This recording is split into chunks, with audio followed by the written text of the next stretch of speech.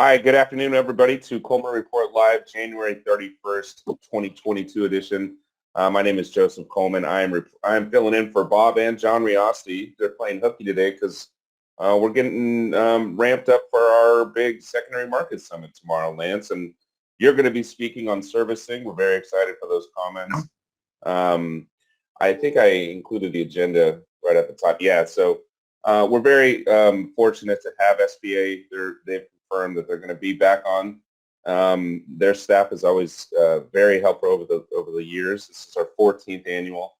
And then Bob Judge, he is the expert from Government Loan Solutions. He will be presenting his findings and what to expect for this year. And John Riosti, he's usually on Mondays. He's going to be giving a nice Washington brief of what's going on with the Senate and the House, small business committees.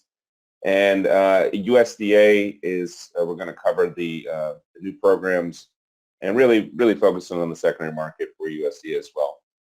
So Lance, give us a little city preview what you're going to be talking about, the service in the SBA secondary market loans. Well, we're just going to emphasize the importance of proper servicing of the SBA secondary market. By the way, everybody, I cut myself shaving this morning. I thought I had it cleaned off. So if you see a red spot on my chin, apparently I didn't get it to stop bleeding. But so don't let that, it's like a pimple on my nose, but it's on my chin. But I just noticed that. I'm going to talk about the importance of properly servicing your SBA loan. When you sell a loan in the secondary market, it doesn't mean that your responsibilities as a good participant lender in, you still got to service that loan. Of course, you earn 1% for servicing the SBA loan, but you still have to service it according to SBA SOP 5057 too. So we'll talk about some of that. We have a big crowd tomorrow, but we have plenty of room, plenty of space. If you need to sign up, if your CFO wants to attend, if your CPAs, just let us know. And it's an online summit, so we're doing it on GoToWebinar just like this, and just send me an email if you want to attend. We have been covering this. There's a story that came out, and we've been talking about temporary closures again, but we wanted to ask the question formally here. Did any of your small business bars temporarily close due to the Omicron variant? This might coincide with the findings that we're going to talk about, but a lot of people are saying no, Lance. 61% say no, 18% yes, and 20% say I don't know. Yeah, I think it depends highly on where you're located. For instance, I'm in Arkansas. The Omicron variant is it's incredibly active. In the Delta variant and the previous variant prior to Delta, whatever it was called, but in the previous variants, I was saying this the other day, you had a limited number of people, or at least I did, that I knew that had the virus. But with the Omicron, I've got several people that I'm aware of that have had it. The schools here are struggling, but they haven't done anything in terms of business closure requirements in the state. So everything is still operating as normal. And I think that's true in most states as well. Yeah, this article was saying over half of the businesses polled, and that's, I think, 6,200, so quite a few, said that they were affected. 1% of U.S. and 4% of Canadian small businesses were forced to shut down. So it's just a state-by-state basis. This isn't new news. It's just to let everyone know that we wanted to poll and see what was going on the lender side. Go ahead, Lance. One thing, Joe, that I think is difficult about this variant. Restaurants, were closed back when this first started. Then they got back open, limited capacity, and then they got back to full capacity. And many of those businesses are not being required to close, but people are not going out and frequenting those restaurants and businesses where a number of people gathered with the same intensity they were as prior to the Omicron variant coming out. So it's kind of difficult. Restaurants, hospitality, and others probably are still in business, but at a reduced level. Absolutely, yeah. I mean, I was talking to you earlier. I went to the stadium yesterday, the Los Angeles, and it was full of people, and people were out and about. So the restaurants were open all over LA, and it's just an ongoing story. We're covering it, and this isn't new, everyone. But thank you for your poll results. This is the main story that we wanted to talk about. This was a couple of weeks ago that OIG testified on their Certify system not working as promised.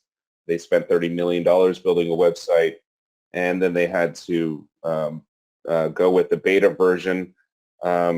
So there was quite a few, 4.6 billion in potentially fraud for PPP loans. They built this website to beta.certify.gov, and they had to go and answer questions of why it wasn't working. Lance, did you hear about this, or is this new to you? You know, this is news to me, Joe. In a lot of circumstances, SBA launches a system. Some of the platforms and systems they launch work quite well initially, and some do not. And this is one that apparently did not work well at all.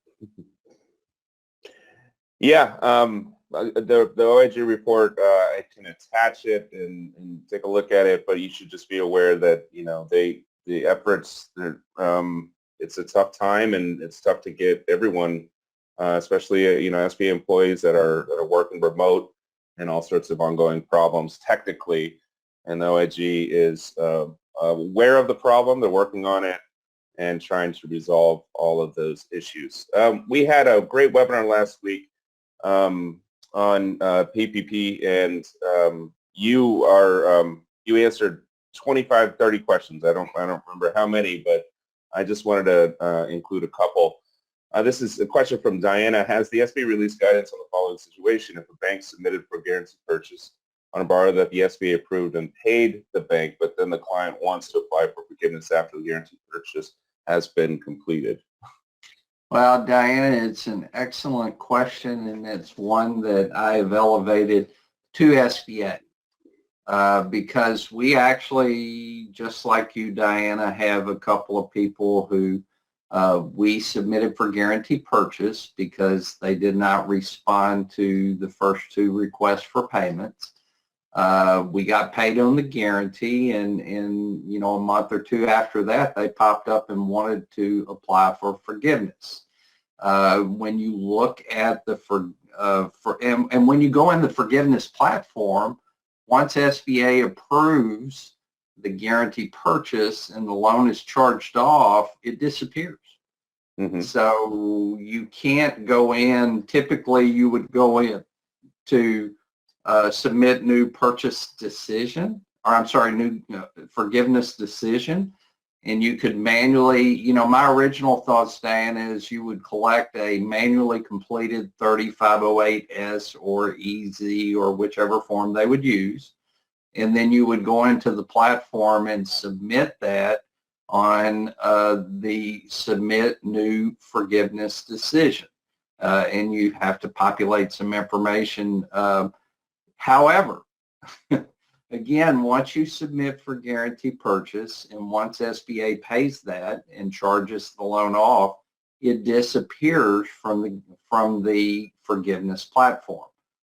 So the answer to the question is, and the other thing the IFR clearly states, is that a borrower has the right to submit for forgiveness all the way up to the maturity date of their note. So in reading that, the answer to the question is, do I believe they can submit for forgiveness after guarantee purchase? The answer is, I do believe that. You know, but how do we do it? What is the process?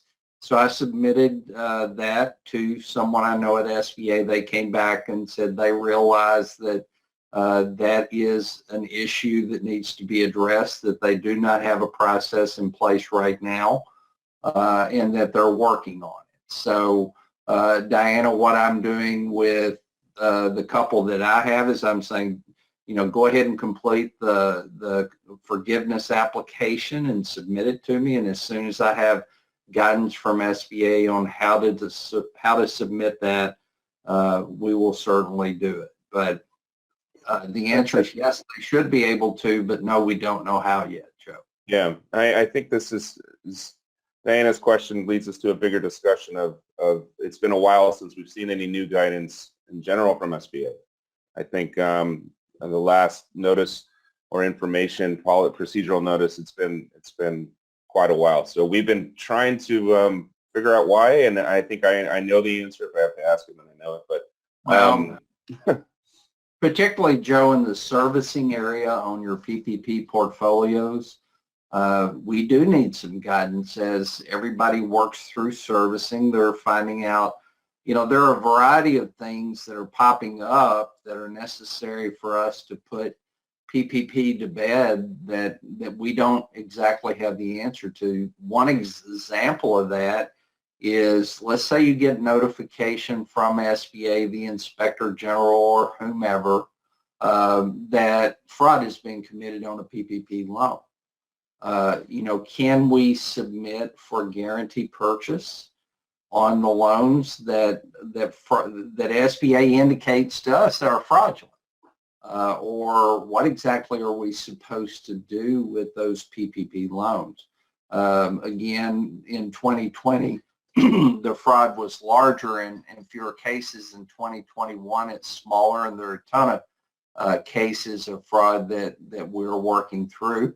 And what are we as a participant bank supposed to do in that circumstance? Can we go ahead and submit it? If so, as we all know, on submitting a guaranteed purchase, there's a drop-down box that gives you 4 or 5 circumstances. Well, there's not one that says fraudulent loan. So what are we supposed to do there? So, Joe, we need some guidance as we work through the tail end of PPP forgiveness. And there are going to be other circumstances that pop up that we're going to need some guidance and processes for, just like the great question that Diana asked. Absolutely. Second question is from Kurt. Can you go over the process for a client to apply for forgiveness after being submitted for GP? So if it's been submitted for guaranteed purchase and it has not been decisioned by SBA, you can go into the guaranteed purchase dashboard and withdraw that guaranteed purchase submission. Then that will allow you to submit the client to apply for forgiveness. But once it's been decisioned and paid and charged off, we're in the same boat as the question that Diana indicated. But again, if let's say, Kurt, you submitted for guaranteed purchase today, and later this afternoon, the borrower came in or borrower called you. They probably are not coming in, but the borrower called you and said, hey, wait a second, I want to submit for forgiveness. They can still do that. You can withdraw the guaranteed purchase, and they can submit for forgiveness. Now, a great question here, Kurt, is can they do it through the direct forgiveness platform after you've submitted a guaranteed purchase request? I am not sure about that. But let's say you, again, submit for guaranteed purchase. Somebody comes in with a forgiveness application. It's not been submitted, and you withdraw it. You should be able at that point to collect a manually completed 3508S and go in and submit new forgiveness decision. And this is a new question from Natalie, just came in. Has there been guidance on submitting and applying for forgiveness on the second draw loan if the borrower is not applying for forgiveness on the first draw and the loan is over $150,000?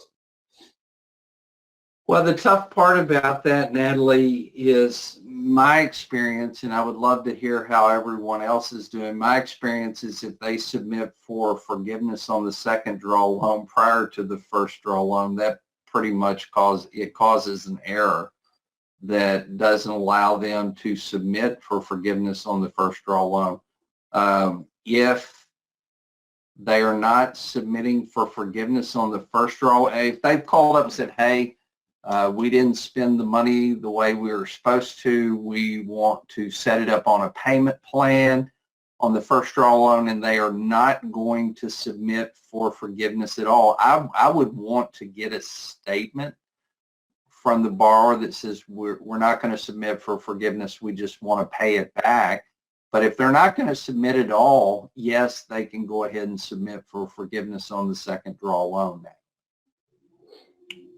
And excellent. Sorry, I'm jumping around all over the place. But last question is on SBA 1 that we talked about, the certify.gov. But SBA 1, any word if this is coming back online? Have you heard anything, Lance? I haven't.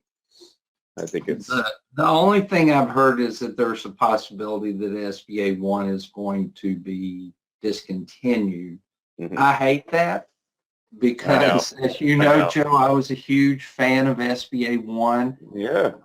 I was building an SBA lending group at a bank, and we use SBA 1 for submission of everything we did as a delegated lender or on our GP submissions, and I thought it worked pretty well, but lenders did not embrace it. One of the things that I hate about SBA 1 potentially going away is the ease of access to your Paris score and the ability to dive in and figure out what loans affected your Paris score in one way or another.